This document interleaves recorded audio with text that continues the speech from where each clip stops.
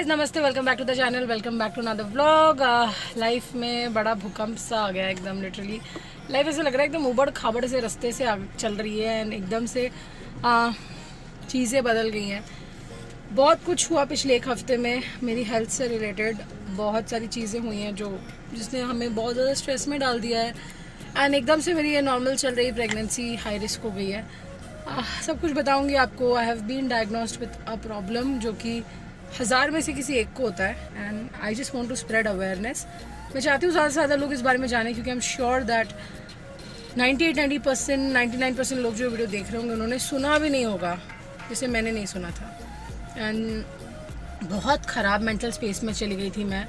Saturday Sunday Monday बहुत ज़्यादा depress थी, बट अभी थोड़ा मूड ठीक किया है एंड बाहर आई हूँ मैं। बाहर मतलब अपनी नाइट ड्रेस में ही हूँ, बट हम आए हैं अपने डॉगोज़ को खाना खिलाने के लिए।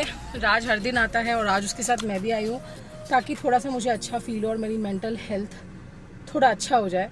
तो अभी हम इनको खाना खिलाने के लिए आए हैं। देन घर जाके मुझे ऑयलिंग करनी है, नहाना है, थोड़ा सा कंटेंट प्लान करना है, क्योंकि मैंने छुट्टी ले रखी है 2-3 दिन की ऑफिस से टू टेक रेस्ट एंड आप लोग को सब कुछ बताना है कि क्या हुआ। तो घर जाऊँगी, ऑयलिंग करूँगी। नाश्ता मैंने कर लिया है, sandwich, corn and spinach sandwich and या इसी तरह आज के दिन की शुरुआत हो रही है एंड चलिए शुरू करते हैं।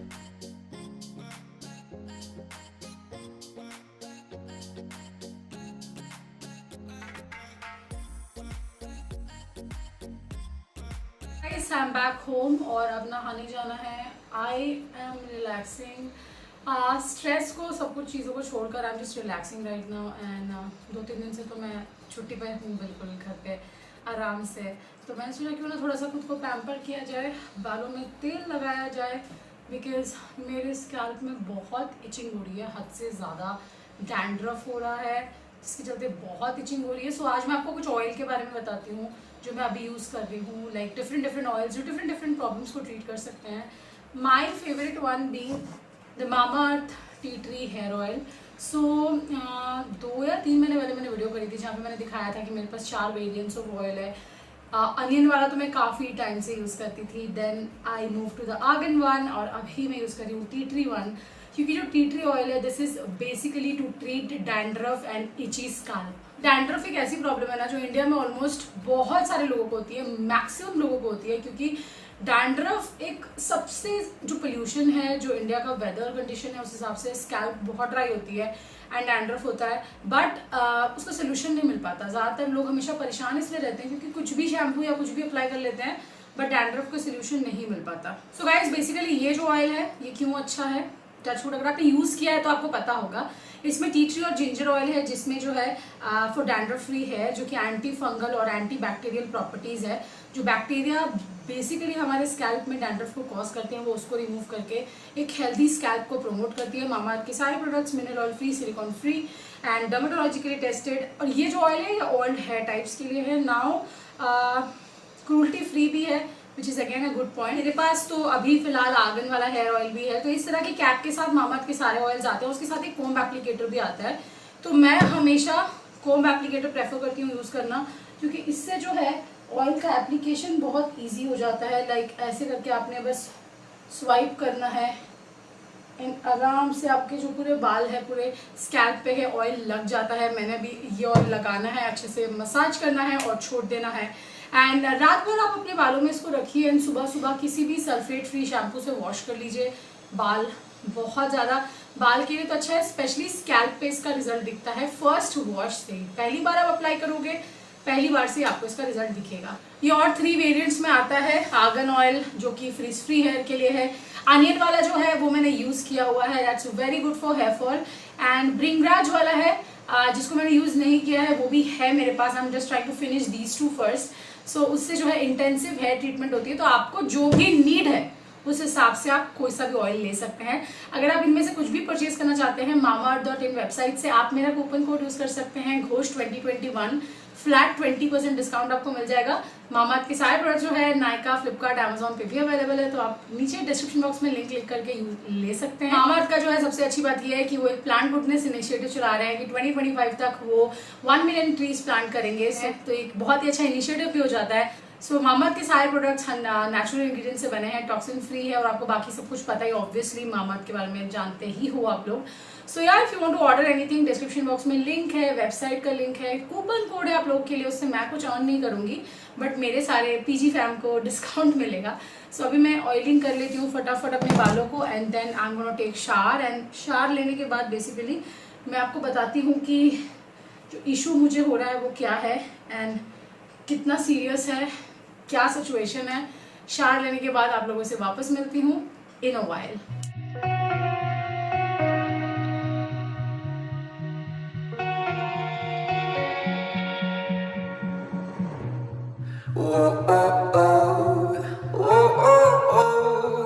I can't live without you.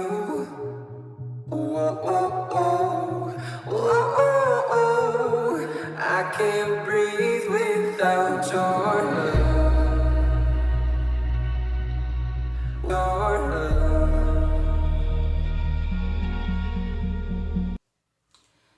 So guys ignore करो सारा मेस जो पीछे है, मैंने बिल्कुल कुछ भी नहीं किया लास्ट कुछ दिनों में, जो जैसे आया एज इट इज पड़ा है, ना कोई वीडियो शूट करी ना कुछ भी करा। सो बेसिकली अगर आपने मेरा लास्ट व्लॉग देखा होगा तो अराउंड मार्च के बिगनिंग में मुझे एस्थमा डिटेक्ट हुआ था, उस पर मैंने व्लॉग किया था। वही हमारे लिए बड़ा शॉकिंग था एंड परेशानी थी क्योंकि ब्रीदिंग इश्यूज काफ़ी होती है प्रेगनेंसी में एंड एस्थमा के साथ ब्रीथ करना और डिफ़िकल्ट हो जाता है। अभी जैसे मैं बोल रही हूँ तो आप देखोगे मैं काफ़ी हाफ रही हूँ। तो आज का ये वीडियो इसलिए बना रही हूँ क्योंकि कोई सिंपैथी नहीं और कोई क्लिकबेट नहीं करना है मुझे, ना ऐसा कुछ है। मैंने कभी अपने चैनल पे ये चीज़ें नहीं की आज तक, बट कुछ ऐसे सिचुएशंस हमारी लाइफ में आई जो हमने कभी एक्सपेक्ट नहीं की थी। मुझे एक ऐसी प्रॉब्लम, एक ऐसी बीमारी डिटेक्ट हुई है जिसमें हम श्योर कि 90% से ज़्यादा लोग जो वीडियो देखेंगे उनको नहीं पता होगा उसके बारे में, and it's related to the pregnancy. So बताती हूँ आप लोगों को क्या हुआ। सो मार्च के फर्स्ट वीक के बाद से मेरे को रियलाइज़ हुआ कि मेरे को थोड़ी इचिंग हो रही है मेरे हाथ में और पैर के तलवे में। तो कुछ पहले मुझे लगा शायद मैंने कुछ खा लिया है जिससे मुझे एलर्जी हो गई है, इसलिए मुझे इचिंग हो रही है। तो 2-4 दिन मैंने शुरू में अवॉइड किया, देन उसके बाद इचिंग बढ़ती गई। I used to like itch like anything. ऐसा लगता था मैं अपने तलवे और अपने हाथ के पाम्स फाड़ दूंगी नोच कर। तो मैं ऐसी बंदी हूँ ना, मैं कोई भी चीज़ को बहुत लाइटली नहीं लेती। अगर बॉडी में कुछ भी ऐसा होता है तो मैं लाइटली नहीं लेती। तो फ्राइडे को 12th को मैंने ऐसे ही रैंडमली ऑफिस का काम करते करते शाम को सर्च किया कि लास्ट ट्राइमेस्टर में खुजली क्यों होती है पाम्स एंड फुट सोल्स में। सो गूगल में कभी कभी गूगल काफ़ी हेल्पफुल भी हो जाता है। गूगल में बस एक डिजीज़ का नाम आया which is the liver disease. उसमें लिखा था कि ये काफ़ी रेयर डिजीज़ है, 1000 में से 1 या 2 लोगों को होती है एंड इस डिजीज़ का नाम है इंटरहेप्टिक कोलेस्टैटिस ऑफ प्रेगनेंसी। पहले मुझे कुछ समझ में नहीं आया कि क्या है, ऑब्वियसली मैं डॉक्टर नहीं हूँ। एंड देन फिर मैंने उसके रेपरकशंस देखे कि it's a very risky disease. माँ पे कोई रिस्क है जितना उससे बच्चे पे बहुत ज़्यादा रिस्क है। बच्चा डिस्ट्रेस में जाके पॉटी करके खा लेता है, उससे बच्चे को प्रॉब्लम होती है। देन इन प्रेगनेंसीज़ को कभी भी आप 40-41 वीक्स की जो फुल टर्म प्रेगनेंसी होती है वहाँ तक नहीं लेके जा सकते।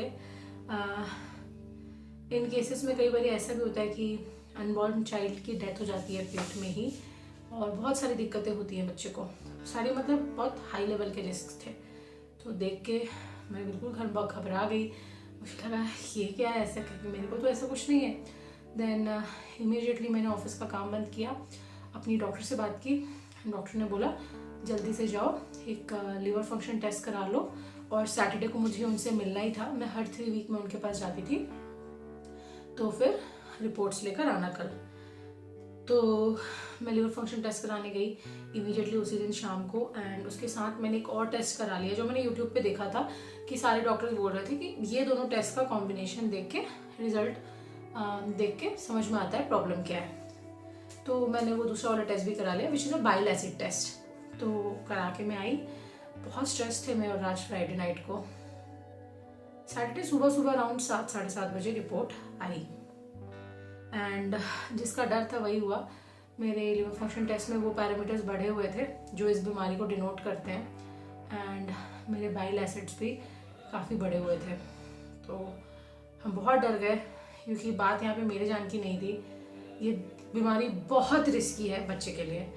तो हम जल्दी जल्दी हॉस्पिटल भागे, सुबह 10:30 बजे का पहला अपॉइंटमेंट लेके। डॉक्टर ने भी मैसेज किया जल्दी से आ जाओ। देन हम गए, हमने थोड़ा सर्च कर रखा था डिजीज़ के बारे में, बट डॉक्टर ने उसको कंफर्म किया कि yes this is the problem you have Priyanka. And अभी तक प्रेगनेंसी बिल्कुल नॉर्मल चल रही थी, सब कुछ नॉर्मल था। मैं लास्ट ट्राइमेस्टर में आ गई थी, 8th मंथ चल रहा था, everything was perfectly fine. And suddenly ये डॉक्टर ने बोला कि अभी तक everything was very smooth, doctor के एग्जैक्ट वर्ड्स थे, बट अब ये नॉर्मल प्रेगनेंसी जो है एक हाई रिस्क प्रेगनेंसी में कन्वर्ट हो चुकी है। एंड अब यहाँ से हम लोग को बहुत केयरफुली चलना है, 1 डे एट अ टाइम लेकर। एंड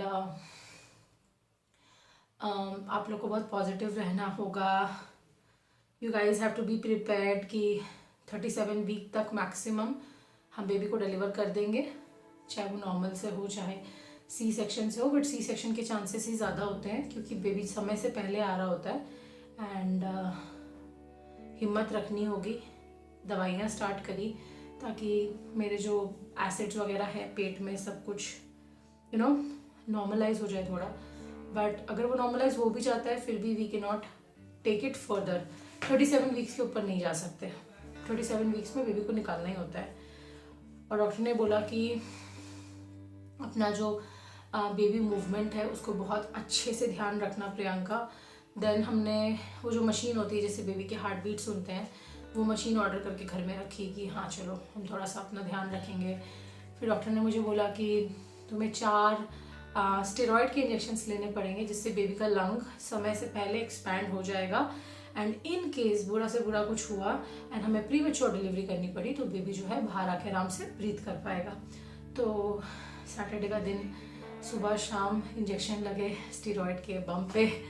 देन संडे को लगे। सैटरडे को हमने अल्ट्रासाउंड वगैरह भी कराया तो टच वुड सब कुछ ठीक था बेबी के साथ। एंड अभी सब कुछ ठीक है, बट वही है हर दिन हर मिनट एक रिस्क के साथ हम जी रहे हैं अभी, और डर डर के जी रहे हैं, स्ट्रेस में जी रहे हैं। मैं कोशिश कर रही हूँ कि मैं पॉजिटिव रहूँ बहुत ज़्यादा, क्योंकि बुरा सोच के कुछ नहीं होता, बट पॉजिटिव माइंडसेट से ज़रूर होता है। तो मैंने बस यही सोचा है कि मेरे कंट्रोल के तो बियॉन्ड है सब कुछ, तो स्ट्रेस लेके क्या होगा। But I am not feeling well, अंदर से थोड़ा रेस्टलेसनेस और मन भारी भारी सा लगना, ओवरऑल फीलिंग अच्छी नहीं होती है। जितना भी मैं स्ट्रेस ना लूँ, आई नो कुछ खराब नहीं होगा, बट फिर भी जो भी मदर्स हैं बनी हैं, यू कैन अंडरस्टैंड। तो ऐसे ही कुछ चल रहा है। डिजीज़ के बारे में ज़्यादा details once I am done with this journey, सब कुछ जब हो जाएगा सही से, उसके बाद मैं ज़रूर अपने चैनल पे एजुकेशनल वीडियो मेरा पूरा जो एक्सपीरियंस रहा वो शेयर करूँगी। इसलिए करूँगी क्योंकि मुझे नहीं पता था कि ऐसा कुछ भी होता है, और आई एम श्योर बहुत सारी लड़कियों को नहीं पता होगा, but I want people to know, ताकि खुजली ऐसी हल्की सी चीज़ को कोई हल्के में ना ले। एंड डॉक्टर ने बोला इट्स वेरी गुड कि हमने राइट टाइम में तुमने ये चीज़ रियलाइज़ की एंड डायग्नोस कर लिया, वरना पता नहीं क्या होता। Any which ways I am positive, I am hoping कि सब बहुत अच्छा होगा जो भी होगा। एंड अभी जो है ना मैं थोड़ा रिलैक्स कर रही हूँ, मेडिसिन वगैरह ले रही हूँ। बस आप लोग प्रे करिए कि जल्दी जल्दी जो है सब कुछ अच्छा हो जाए। मेरा 33 वीक स्टार्ट हो चुका है अब, एंड 37 तक हम लोग को सेफली पहुंचना है। सो आप लोग प्रेयर्स में याद रखेंगे एंड प्रेयर्स करेंगे तो आई थिंक सब कुछ बहुत अच्छा होगा। तो ये था प्रॉब्लम, मैंने सोचा व्लॉग में ही आप लोग से शेयर कर देती हूँ कि ऐसा ऐसा मेरे साथ हो गया है। मैं बहुत ज़्यादा परेशान चल रही हूँ, और लाइफ एकदम से इतना सडन टर्न ले चुकी है, एकदम से हंसता खेलता भी मैंने ये सोच रखा था कि 32nd 33rd वीक में मैं अपना जो है मटर्निटी शूट करूँगी, बट अब पता नहीं, राज ने मुझे बोला नहीं छोड़ दो, अब रहने दो। तो देखते हैं क्या होता है। एनी विच वेज चलो, डिनर बन चुका है। मैंने पिछले 4-5 दिन से कोई कुकिंग नहीं की थी। आज मेरा पनीर भुर्जी खाने का मन किया तो मैंने बना लिया। मदर इन लॉ ने रोटियाँ बना दी थी। She makes all the food, परेशान मत होना आप लोग, वो सारा दिन कुक करती है। मैं अभी इस कंडीशन में नहीं हूँ कि मैं कुक करूँ और घर के काम करूँ, तो मैं रेस्ट करती हूँ। तो खाना इज़ रेडी एंड मैं खाऊँगी। मेरे सर पे भी बहुत इचिंग हो रही है, मतलब लिटरली मुझे इतना डैंड्रफ हो रहा है ना लास्ट कुछ टाइम से प्रेगनेंसी में। पता इसलिए नहीं चला क्योंकि प्रेगनेंसी में ड्राई स्किन हो जाती है काफ़ी। हाथ इच करते हैं, पैर इच करते हैं, टमी इच करता है, सर इच करता है। एंड मुझे तो स्पेशली डैंड्रफ का प्रॉब्लम बहुत टाइम से है। एंड अब वो जो है वो मेरे को इतनी इचिंग हो रही है सर में भी एकदम। बट चलो, हाथ पैर का तो मैं कुछ नहीं कर सकती, but at least for my dandruff I can do something. And this is the next morning. हम ब्रेकफास्ट कर रहे थे एंड यहीं पे मैं व्लॉग को ख़त्म कर रही हूँ। अगले व्लॉग में अपडेट शेयर करूँगी आपसे। तब तक के लिए अपना ध्यान रखिए।